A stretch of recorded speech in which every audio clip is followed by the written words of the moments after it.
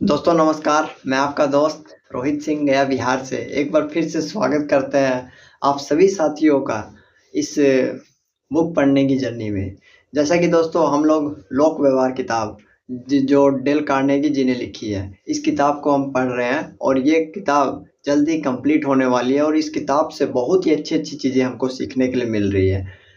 जैसे में हमने बहुत सी चीज़ें सीखी, लोगों से बातचीत करने की कला, लोगों से कैसे आपको डील करना है, बिजनेस टिप्स, बहुत सी ऐसी चीज़ें मिली दोस्तों इस किताब से जो हम बहुत मतलब इतनी चीज़ें मिली कि मैं सोच रहा हूँ कि ये अब तक ये किताब कहाँ थी। और आप भी इस किताब को रीड करके बहुत ही अच्छी अच्छी चीज़ें जान सकते हो और सीख सकते हैं और अपने जीवन में अप्लाई कर सकते हैं, जिससे आप का जीवन में बदलाव 110% होगा दोस्तों। मैंने मेरे मैंने मेरे खुद जीवन में बदलाव हो रहा है ये। ठीक है, तो हम लोग ज़्यादा देरी नहीं करते हुए इसको आगे लेंगे और पढ़ेंगे जहाँ से हमने छोड़ा था।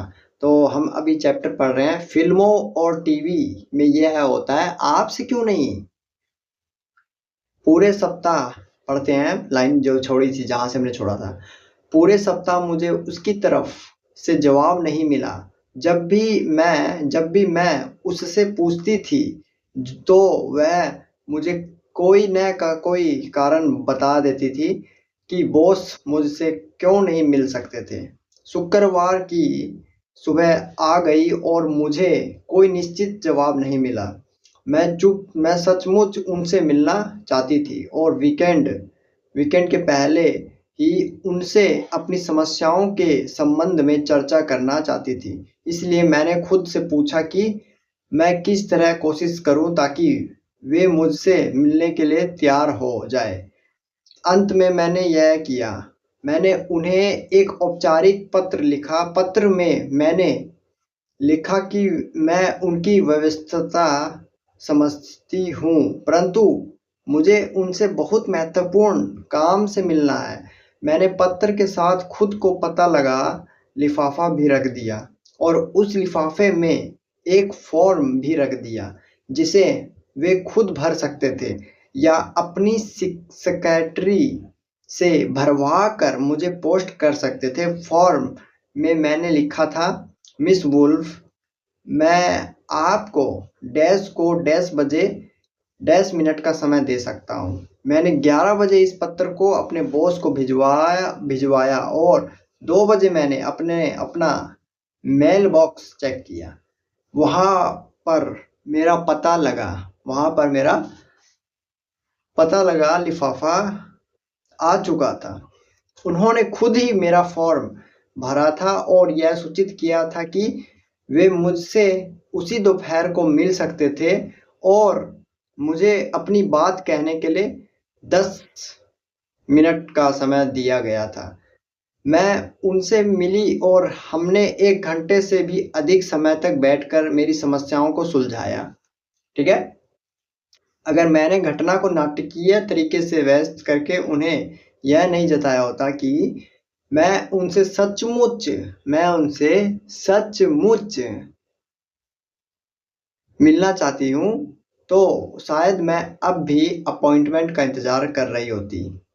जेम्स बी बॉयंटन को एक लंबी मार्केट रिपोर्ट देनी थी। उसकी फर्म ने अभी अभी हॉल कोल्ड क्रीम की एक अग्रणी ब्रांड का वृहद अध्ययन किया था।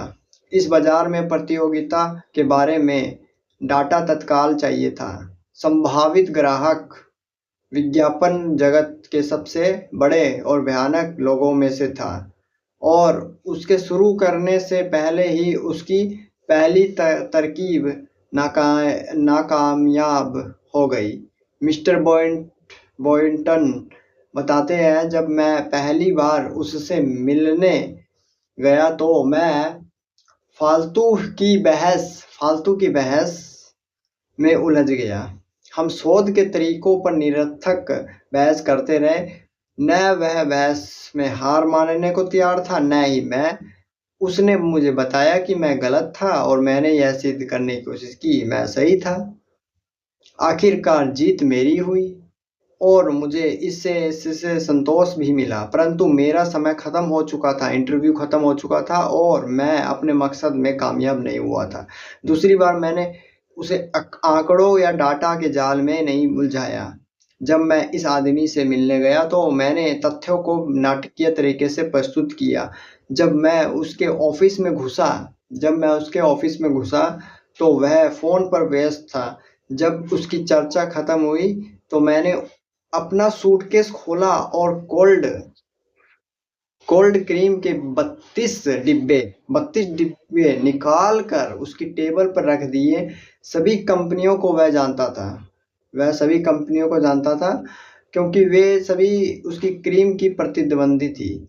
हर डिब्बे पर मैंने एक टैग लगा दिया था जिसमें हमारे सर्वे के परिणाम लिखे हुए थे और हर टैग अपनी कहानी संक्षेप में नाटकीय तरीके से कह रहा था। फिर क्या हुआ? बहस की कोई गुंजाइश नहीं थी।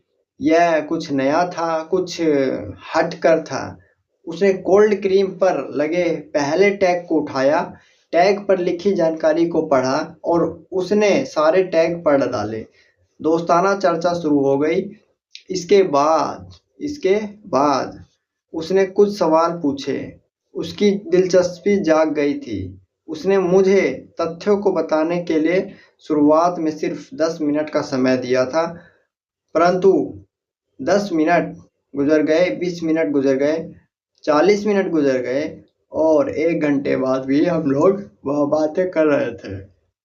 मैं इस बार भी उन्हीं तथ्यों को प्रस्तुत कर रहा था जो मैंने पहली बार किए थे, परंतु इस बार मैं नाटकीयता का सहारा ले रहा था, शोमैनशिप का सहारा ले रहा था और इससे कितना ज़्यादा फर्क पड़ा। सिद्धांत 11, अपने विचारों को नाटकीय तरीके से प्रस्तुत करें। अपने विचारों को, ना कि वहाँ बहस कीजिए कि मैं सही हूँ आप गलत हो, मैं सही हूँ आप गलत हो। ऐसे पूरा समय बर्बाद हो जाएगा भाई। तो आपको बहस नहीं करनी है, वहाँ पे आपको नाटकीय तरीके से प्रस्तुत करनी है अपनी विचारों को, ठीक है? जहाँ पे आपकी बात को सुना जाएगा, वहाँ पे आपकी बात को समझा जाएगा, ठीक है? आप ही झुक जाइए ना, है? वहाँ पे ये सीन नहीं करना है, मैं झुकेगा नहीं साला। नहीं यार, ये मतलब फिल्मों और डायलॉग में ही अच्छा लगता है। असली रियलिटी कुछ और है, ठीक है? आपको झुकना सीखना होगा, ठीक है? आपको झुकना सीखना होगा दोस्तों। इसमें थोड़ा समय लगता है, ठीक है ना? इस चीज में समय लगता है, ठीक है? अब जो अकड़ जाते हैं वो उखड़ जाते हैं। जैसे एक पेड़ है, मान के सपोज दैट जब आंधी आती है, तूफान आता है, बारिश आती है, तो घास को देखें, घास झुक जाती है। जैसी आंधी चलती है तो घास झुक जाती है और आंधी और हवा उसको छू कर चल जाती है, धूल मिट्टी, और वो फिर से खड़े हो जाते हैं घास, ठीक है? जैसी धूप निकलती है फिर से खड़े हो जाते हैं, सीधे हो जाते हैं, टाइट हो जाते हैं, ठीक है? लेकिन पेड़ जो अकड़े रहते हैं वो उखड़ जाते हैं। पेड़ को देखे होंगे, अकड़ जाते हैं तो उखड़ जाते हैं वे लोग। तो हमें यहाँ पर मतलब कि झुकना सीखना है दोस्तों, ठीक है? जिस वृक्ष पे फल लगते हैं वही वृक्ष झुकता है और उसी पे पत्थर भी लगते हैं, लाठियां भी बरसाई जाती हैं, ठीक है? लेकिन हमें अपना कर्तव्य करना है, ठीक है? तो दोस्तों इस चीज का ध्यान रखिए आप, ठीक है? तो मार्केटिंग बहुत से लोग कर रहे होंगे, अभी कर रहे होंगे, या कोई बिजनेस कर रहे होंगे, कुछ भी कर रहे हो, तो उसमें ना आप बहस की जगह कोशिश कीजिए अपनी विचारों को नाटकीय तरीके से रखिए और लोगों की बातों की समझिए, सुनिए क्या कहना चाह रहे हैं वो, उसी का क्वेश्चन कीजिए। आपके जो शब्द है दोस्तों वो एक भोजन की तरह है, बोलने से पहले खुद चख ले तब जाके दूसरों को परोसे। अगर आपको अच्छा ना लगे तो दूसरों को भी वो ना परोसे, ठीक है? तो डायरेक्ट सेलिंग में बोला जाता है कि बोलने से पहले भी उसको देख लीजिए क्या आप बोल रहे हो, ठीक है? और सोचने से पहले भी सोचें कि हम क्या बोलने जा रहे हैं। तो ये चीजें साथियों बहुत अंदर की चीज़ें हैं ये चीज़ें। इस चीज़ों पे बाद में हम लोग बात करेंगे इस टॉपिक पे।